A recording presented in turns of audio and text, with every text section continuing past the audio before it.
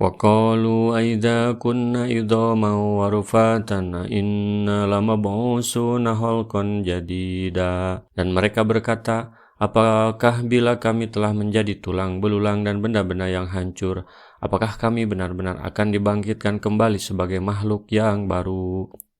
Qul kunu hijaratan aw hadida. Katakanlah, jadilah kamu sekalian batu atau besi. Aw khalqam mimma yakburu fi sudurikum fasayaquluna ma yu'iduna. Qulil ladzina fatarakum awwala marratin fasayunghiduna ilaika ru'usahum wa yaquluna mata huwa qul asa ayakuna qariba. Atau suatu makhluk dari makhluk yang tidak mungkin hidup menurut pikiran kalian, maka mereka akan bertanya, siapa yang akan menghidupkan kami kembali? Katakanlah, yang telah menciptakan kalian pada yang pertama kali. Lalu mereka akan menggeleng-gelengkan kepala mereka kepadamu dan berkata, kapan itu terjadi? Katakanlah, mudah-mudahan waktu berbangkit itu dekat. Adakah batu atau besi yang tumbuh berkembang? Tidak ada. Logikanya begini, kamu itu manusia atau batu atau besi? Kalau kamu batu atau besi, ya pasti setelah mati mungkin tidak akan hidup lagi. Kalau tidak percaya kebangkitan setelah kematian, jadilah batu atau besi. Tapi aku kan manusia.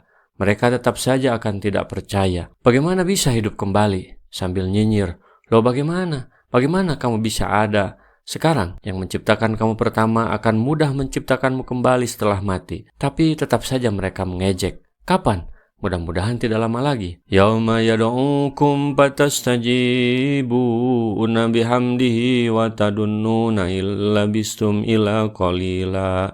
Yaitu pada hari Dia memanggil kalian, lalu kalian mematuhinya sambil memujinya, dan kalian mengira bahwa kalian tidak berdiam di dalam kubur kecuali sebentar saja. Itulah waktunya. Kamu kan bertanya kapan? Pada waktu itu kalian tidak bisa menolak untuk hadir meskipun kamu tidak percaya. Kamu pikir dalam kubur itu cuma sebentar. Inilah istimewanya cara Al-Quran menjelaskan kebangkitan. Jaga kata dan sikap. Wa kulli ibadi yaqulu allati ahsanu inna syaitana yanzi'u bainahum inna syaitana kana lil insani aduwwan mubina. Dan katakanlah kepada hamba-hambaku, adalah mereka mengucapkan perkataan yang lebih baik. Sesungguhnya setan itu menimbulkan perselisihan di antara mereka. Sesungguhnya setan itu adalah musuh yang nyata bagi manusia. Rasulullah bersabda, jangan sekali-kali seseorang di antara kalian mengacungkan senjatanya terhadap saudaranya. Karena sesungguhnya seorang di antara kalian tidak akan mengetahui bila setan mengayunkan lengannya sehingga terjerumuslah dia ke dalam lubang neraka. Allah memerintahkan kepada hamba dan Rasul-Nya, Nabi Muhammad SAW, agar memerintahkan kepada hamba-hamba Allah yang beriman, hendaklah mereka dalam khutbah dan pembicaraannya mengucapkan kata-kata yang terbaik dan kalimat yang menyenangkan.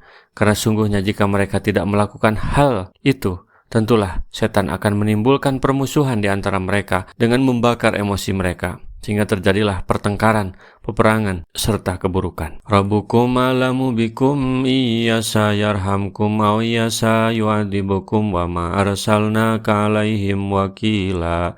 Tuhan kalian telah mengetahui tentang kalian. Dia akan memberi rahmat kepada kalian jika Dia menghendaki, dan Dia akan mengazab kalian jika Dia menghendaki, dan kami tidaklah mengutusmu untuk menjadi penjaga bagi mereka. Wa rabbuka a'lamu biman fis samawati wal ardh wa laqad fadhalna ba'dhan nabiyyina 'ala ba'di wa ataina Dauda zabura.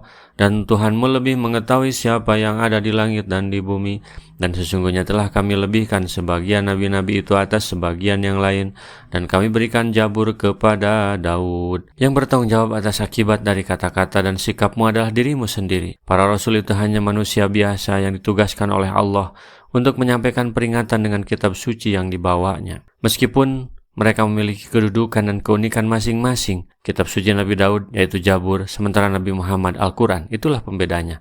Tapi yang mengawasi kamu secara total adalah Allah yang mengutus mereka. Qul ud'u alladziina za'amtum min dunihi fala yamlikuna kasfa dhurri ankum wala tahwila. Katakanlah, panggillah mereka yang kalian anggap Tuhan selain Allah, maka mereka tidak akan mempunyai kekuasaan untuk menghilangkan bahaya dari kalian dan tidak pula memindahkannya. Sebagian mereka menganggap Uzair putra Allah dan menyembahnya. Ada juga yang menganggap Nabi Isa dan malaikat sebagai Tuhan selain Allah. Bahkan makhluk Allah lain mereka anggap sebagai Tuhan. Coba panggil Tuhan-Tuhan itu untuk menjauhkan bahaya dari kalian. Mereka tentu tidak mampu karena mereka sendiri adalah makhluk Allah. Ulaika alladziina yad'una yabtaguna ila rabbihimul wasilata ayyuhum aqrabu wa yarjuna rahmatahu wa yakhafuna 'adzabahu inna 'adzaba rabbika kana mahdura. Orang-orang yang mereka seru itu mereka sendiri mencari jalan kepada Tuhan mereka. Siapa di antara mereka yang lebih dekat kepada Allah dan mengharapkan rahmat-Nya dan takut akan azab-Nya?